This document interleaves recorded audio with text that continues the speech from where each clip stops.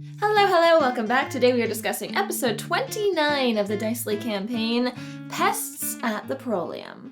This episode picks up right where we left off, which, if you remember correctly, was a little bit of a cliffhanger, as we had just been told that we could go meet with Justicar Alcinius Woodfollow, which the team immediately clocked as having some sort of relationship to Elowyn Woodfollow. So this episode picks up to Elowyn panicking as she realizes who this person is. She immediately tries to convince the group that we should leave, and Azaria and Gideon do accompany her back to the inn. But Abe, Drac, and Nell do stay behind to try to figure out what actually did happen at the Proelium. So the three of them make their way to the office and they meet Elowyn Alcinius Woodfollow. They have a very normal, pleasant conversation with him, and they convince him to allow them to sit in on his interrogation with this person. To recap the previous episode, while Abe and Nell were fighting at the Proelium, someone attempted to cast some magic. We don't know exactly what it is, but it could be very dangerous, and that's why we gotta check this out. But Elowyn takes them downstairs to the interrogation rooms. They set them all up so that they can watch the interrogation from another room,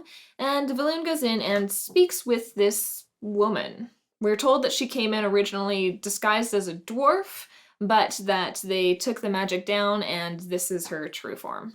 Elowyn seems very concerned to be talking with this person, and we later discover that her name is Navara Quanthri. I think I'm saying that right. She seems to be part of an important family in this city, and that's why Elowyn kind of balks when he sees her there. But it seems like the reason she's here is innocent enough. She explains that she placed a bet on Nell during the fight, and when it became clear that Nell wasn't going to win, she attempted to cast some healing magic on her. Being part of a more important family, she didn't want people to know that she was at the Proelium, that's why she was disguised. And she acknowledges that she did a stupid thing. She apologizes to Nell and Abe, and they decide not to press charges. In fact, they really kind of seem to take a liking to her. As this whole interrogation wraps up, Nell pays for her bail essentially to get out, and the four of them all walk back towards the inn together. Nell uses the fact that she helped pay for this and didn't press charges to ask Navara a couple questions about the city and the politics and all these things that we don't really understand since we're very new to this city. Navara is an open book. She seems to answer every question Nell and Abe and Drac have.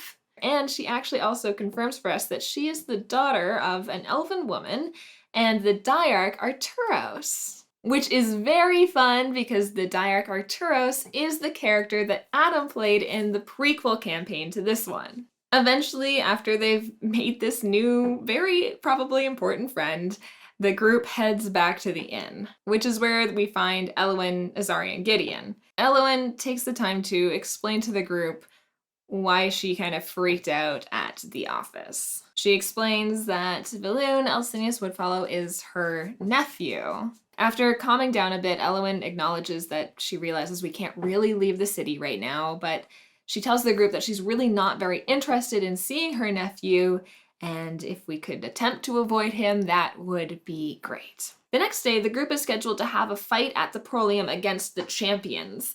But before that, we do what we do best and we head to the library. Nell and Azaria do some studying on time magic. Now that Nell has a little bit more of an understanding of what's happening with her family, that they aren't frozen in time, but just moving very, very slowly through time, it seems to unlock something as Azaria rolls a 31 Arcana check to do some research. At the same time, Elowyn and Drac go and do some research to try to figure out what that symbol on Sarze's sai was.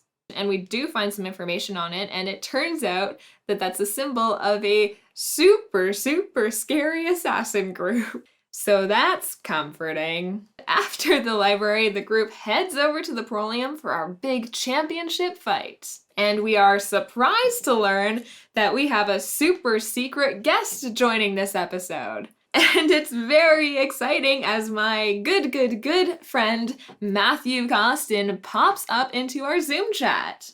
He is here to play the opposing champions of the Proelium, which is such a good idea.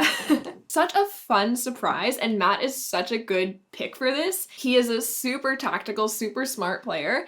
So much fun to play against. This is such a really, really cool way to do this championship fight. You know, it's just like a little bit different combat style than what Denny normally does, mixes things up a little bit, keeping things spicy. I thought that we were dead for sure when Matt showed up. Not only is he extremely tactical and smart, he also, I think, has helped a lot of us build our characters, but the Seekers do manage to pull this off and we win, I swear, just by the skin of our teeth. It really was touch and go for a long time. But the group makes it, we win, and that's kind of where the episode ends. We wrap up with a friendly competition over. The new champions of the Proelium.